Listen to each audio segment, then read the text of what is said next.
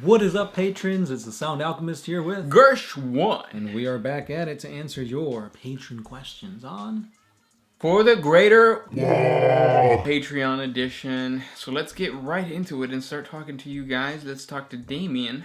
He says, "Hi again. Just wondering, because I was going to start a second army, which would be Space Wolves under the command of Ragnar Blackmane. Would you recommend using any wiki army list, or just have fun with it and mix and match units? Have fun with it." Yeah, I always say have fun with it, even if you're going to tournaments, because if you get completely bodied and tabled and whatnot, you can at least say, hey, I brought my fun list, I had a good time. Yeah, you can have a safeguard.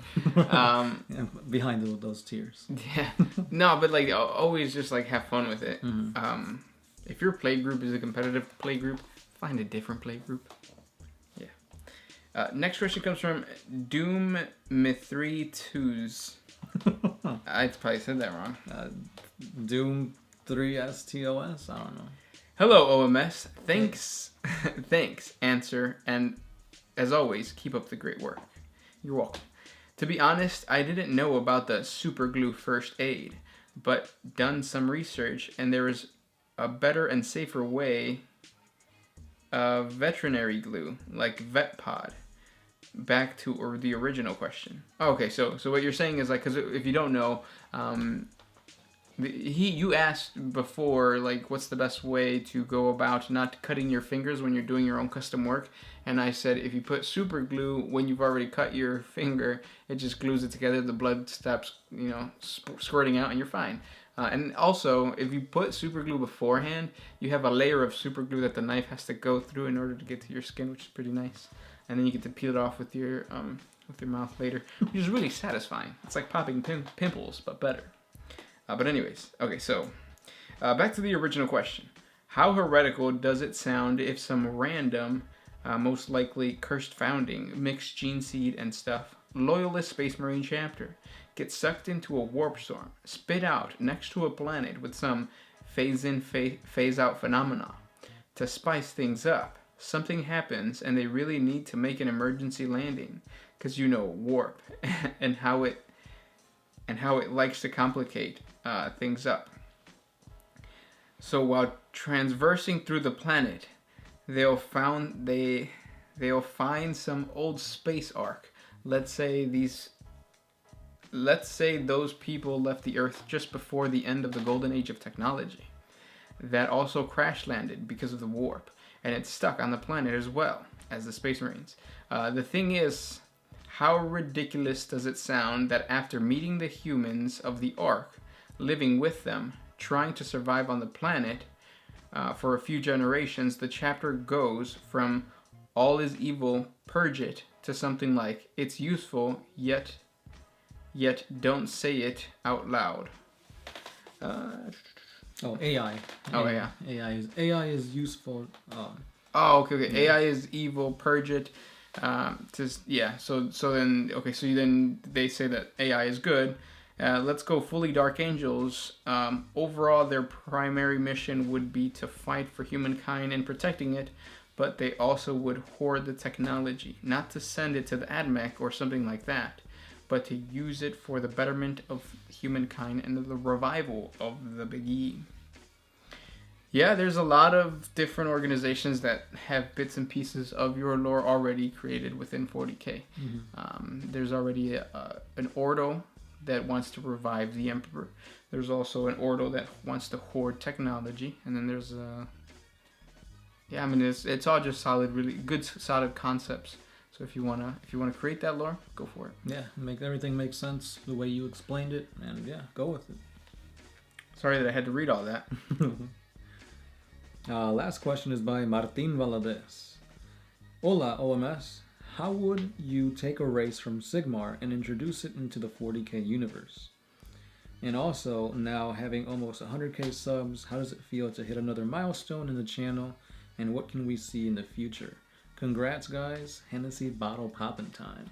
I don't like Hennessy. I've never had Hennessy. What was the question? How would we incorporate races from Age of Sigmar into 40k? Oh, you just attach space to the front of them? It's like space Slan, space dwarfs, space Skaven. I mean, you could attach all of them, really. There's no problem with that. You just give them, like, futuristic guns, give them a really good backstory that somehow ties to the old ones, because it's so easy, and then you have yourself a really good army. Yeah. I mean, it's not really that hard to introduce something. For example, the Skaven, you can just say that the effects of the Eye of Terror or Warp Storm transform the indigenous rat population of that world to become sentient, and then they rose to become what they are. Yeah, it's easy. You kind of take what's already there from the Age of Sigmar, and then you just compare it to the 40K. Yeah, and because they share Chaos Gods, it's easy. Yeah, really easy. Like, there's no need to explain blood letters or anything like that, because those demons are already there. Yeah. And then as far as like what's gonna happen for the future of the channel, I'm not sure. 100,000 subscribers is pretty big. It's cool. I just want to get more into like writing our own scripts. Yeah, definitely. And exploring that aspect. Because before, like, the reason that we were doing that is because even though we knew about the lore, we weren't experts at the lore. But now I'm to the point where I could sit down in front of the computer and just start writing a script, and it sounds believable, because I know the lore a lot better than I did like even a year ago. So yeah, focus on that a lot more. Focus on Patreon, like giving you guys more content. It's just difficult because like in the beginning I thought that Patreon was gonna be like a supplement to the YouTube channel, when in reality it's like its own thing. So like for Patreon, it's a hobby for the hobby. So it's like we consider creating YouTube channels as like a side hobby, so we still have a life, we still go to work. Coming home and doing these videos is a hobby / kind of part-time job, and then Patreon is something added on to that, not even including the YouTube, because we can't say, or I can't say, I'm gonna go home tonight after work and create a Patreon video but not a YouTube video, because the standard is already there that we're gonna post a YouTube video. So then the Patreon video just becomes like an added thing to the already video that I have to create. So that's been very, very difficult, but like I'm working on trying to figure out a way where I can do that, and then give you guys more content.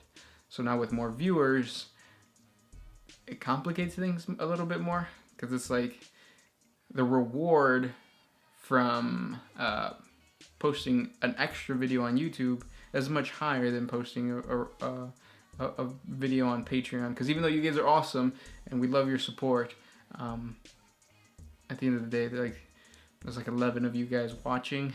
Right. So yeah. Yes, yeah, because you can clearly see that on like For the Greater WAAAGH videos on YouTube. They get, you can see like 50 comments, 100 comments, and when we go to Patreon, we had 3 today. Yeah. So, but we're working on like bringing more people over. But yeah, it's tough. So our whole thing is gonna be like trying to figure out how we can incorporate Patreon a little bit more, give you guys more content, and at the same time, just be creative. Yeah. Stay tuned. Yeah, that's pretty much all the time we've got for you guys today. Thank you for being patrons. Thank you for asking these questions, and thanks for your support. Talk to you guys next week. This is the Sound Alchemist. Gershwan. We're out of here.